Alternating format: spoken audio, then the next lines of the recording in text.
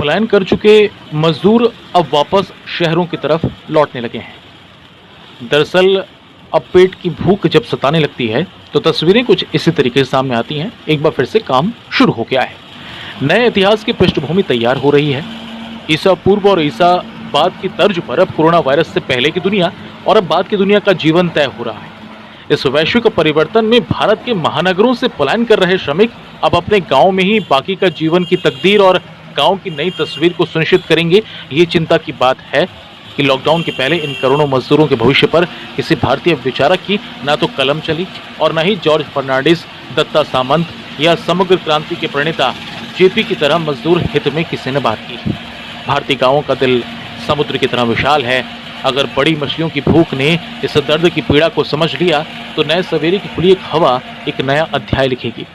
तस्वीरें आप देख रहे हैं कि काम एक बार फिर से शुरू हुआ है और यहाँ काम कर रहे लोगों को देखकर ना तो आप सोशल डिस्टेंसिंग का ध्यान आपको नजर आएगा, न किसी के चेहरे पर आपको कोरोना का खौफ नजर आएगा, न किसी के चेहरे पर आपको ये लगेगा कि किसी ने मास्क पहना हुआ है। तो तस्वीरें साफ बता रही हैं कि काम पर वापस लौटे मजदूर अब सिर्फ और सिर्फ काम करना चाहते हैं, क्योंकि यकीन मानिए इनमें से कई लोगों की ना तो बचत होती है और अगर किसी की बचत होती ही है तो वो बहुत कम होती है। ये नई अर्थव्यवस्था के नए अर्थशास्त्र का दौर है, जरा इसे समझ लीजिए। सरकारों को भी अब ये सुनिश्चित करना चाहिए कि बड़े औद्योगिकरण की आंधी में अब छोटे उद्योगों की लौ मध्यम न पड़े और यही छोटे और कुटीर उद्योग ग्रामीण अर्थव्यवस्था की रीढ़ है। सरकार को पलायन रोकने के लिए भी ठोस कदम उठाने होंगे ताकि लोगों को अपनी जमीन में ही रोजगार मिल सके। ऐसा हो नहीं सकता था, इसीलिए आप इस तस्वीर को देख रहे हैं। प्रवासी मजदूर बड़े शहरों की तरफ वापस लौट रहे हैं, कोई मुंबई, दिल्ली, और ये तस्वीर जो आप इस वक्त देख रहे हैं ये नोएडा है। इससे यही संकेत मिलता है कि भारत में आर्थिक गतिविधियां हमारी उम्मीद से पहले सामान्य स्थिति में लौट सकती हैं। कामगारों के काम पर वापस लौटने की ये एक बड़ी वजह है कि अधिकतर गरीब परिवारों की बचत बहुत कम होती है। कामगार अपने गांव लौटते हैं और कुछ ही दिनों में उनकी बचत खर्च हो जाती है।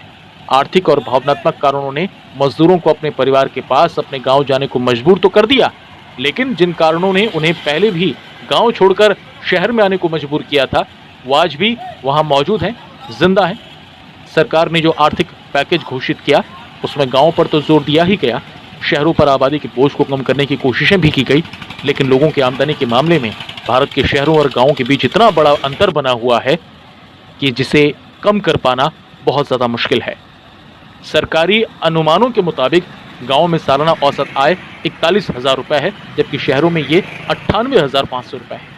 अब ये बहुत बड़ा अंतर है और इस अंतर को लंबे समय से देखा भी जाता रहा, महसूस भी किया जाता रहा, चर्चा के बीच में भी लाया जाता रहा और इस लंबे अंतराल को ही भारत और इंडिया के बीच की खाई भी कहा जाता है।